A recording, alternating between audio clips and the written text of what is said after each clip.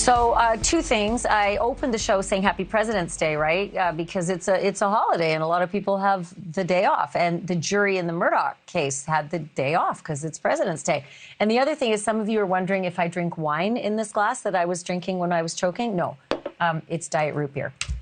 It's a problem. We all have our vices, and that's mine. So it's Diet Root Beer. It's not wine. Move on. Okay, so the jury not hearing testimony today, but tomorrow, things get real, right? Because the defense case in earnest is going to just sort of come with a wallop, especially if Buster gets on the stand. And this is what sort of all the rumor mill has. Nobody's getting a full confirmation on it, but Buster on the stand really kicks this thing into overdrive for the defense. They had a couple, people on the stand on Friday, like the coroner, who said some really bizarre things. But really, the heart of the defense case, I think, is going to start tomorrow. And the things that we were hearing, I really hope that the jurors are not going to spend Wednesday looking at this Netflix series, because that would be illegal. They're not supposed to do that. They're not supposed to be consuming any media. But the stuff that I was watching on this Murdaugh Murders, a Southern scandal, it is pretty damning, just in terms of who Alex Murdaugh really is. Because we're all wondering what the motive is, right? What kind of guy would shoot his son in the head and his wife in the head? And that can't be possible. And then you hear from the people who knew him best. Friends of the Murdaughs, Paul's best pals, the people in the boat crash that killed Mallory Beach. It's some pretty stunning stuff, because let's not forget that there are 5 dead people all connected to the Murdaughs in 4 years. Look at this list. Stephen Smith, then Gloria Satterfield, then Mallory Beach, then Paul and Maggie on the same night. And all of these murders and killings these are mysteries, but they all connect with some strange tangent to the Murdaughs. Perhaps the most interesting interview in this series is Paul's former girlfriend, Morgan Doughty. And she's interviewed at length all through this documentary and has so much to say, so much insight, because she spent so much time with this family. She vacationed around the world with them. She was at Moselle all the time. She was photographed with them. She was part of the family. And so when they asked her the question, do you think it was possible if Alex Murdaugh could actually kill his wife and son? I expected her to say, no, I really don't. And that's not what she said. Here's what she said. A SLED agent showed up to my work, and she wanted to get DNA samples of my hair, my fingerprint, and my spit. Me being involved with the family, I can understand. But I looked her in the eyes and I said, do not overlook Alex Murdaugh.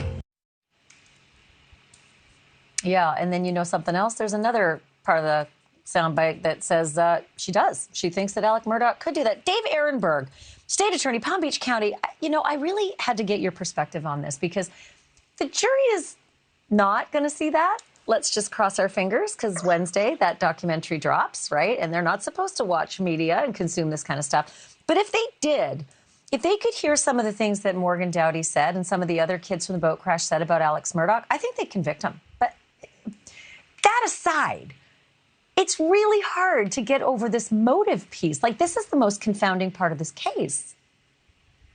Yeah, good evening, Ashley. But she also said some things about Paul Murdaugh in other interviews. For example, he would be abusive towards her. He used to drink a lot, and that's what led to the death of Mallory Beach. He was drunk on the boat. He was physically abusive to his girlfriend. He refused to let anyone drive.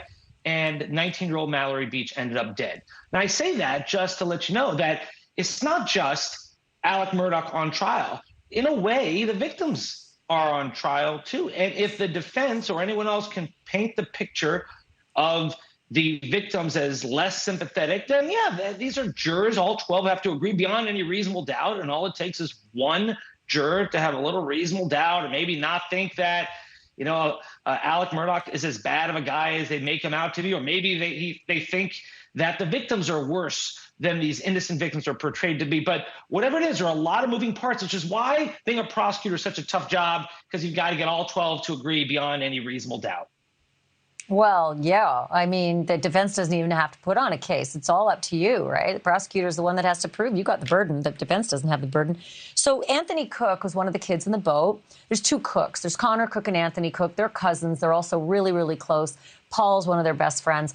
And what you said about muddying up these victims, I mean, look, Paul had some demons. He was not a good drunk, and he was not a good boyfriend, and he was a bit of a jerk. But Anthony had something very profound to say about that when it came to his friend being murdered. Have a look at this. I lost a really, really big piece of my heart. You know, I was lost. Started partying again, and you know, like I was a teenager. I acted stupid for a while. I tried to run away from everything. I don't know. I just think everybody's kind of got the wrong idea about what's going on. I've heard all kinds of stuff. I've heard people say that Paul deserved to die. He made a mistake, and yeah, there's a lot of people suffering for it, but nobody deserves to die. You know, and that's the tenor, Dave, that he had throughout this documentary was no matter what the facts are, neither Maggie nor Paul were dirty victims that no one's going to care about. But Alex, on the other hand, I'm going to play another quick soundbite from Morgan Dowdy because, you know, she's Paul's ex-girlfriend, and she had something pretty profound to say about Alex. He showed up at the hospital after that boat crash, never asked about Mallory, never asked about where's Mallory Beach. She's missing somewhere for 7 days. But he showed up at her OR and was trying to get in the door, and this is what she had to say. Take a look. While I was having my surgery on my hand, Randolph just kind of came in and he stared at me. We heard another knock. Alex Murdaugh was like tapping on the glass door, and he was like, I need to get in there. I represent her. Before I even got there, Alex turned around and said that he was her representation and her acting guardian.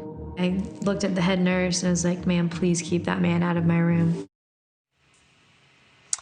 Dave, again, this is Netflix. The jurors aren't going to see it, shouldn't see it. But can they, I mean, is there anything in that courtroom that can lead the jurors to think the same way that Morgan thinks about Alex?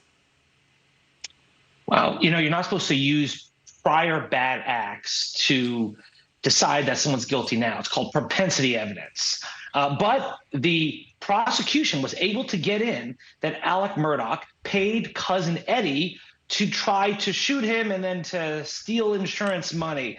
And the Netflix documentary actually has a different take on that, thinking that Alex never wanted to die, was actually going to turn the tables on cousin Eddie and shoot him and then blame him for the murder. So all this points to a sociopath. And that is the biggest issue for the prosecution, to show motive, because although you don't need to prove motive when it comes to a first-degree murder case, it's not an element of the crime. Jurors want to know the why. And that's right. And that's what the defense is harping on. Look how these people were butchered. You think that a loving father would do that? But that Netflix documentary shows why a guy like Alex Murdaugh would do something like this. So incredibly telling. All right, Dave Aronberg, thank you. Always good to see you. And you do work very hard as prosecutor. I appreciate you. Thank you, Ashley. And there's nothing wrong with Diet Root Beer. I like it myself. It's the greatest. I'm jonesing for it right now. Thank you, Dave.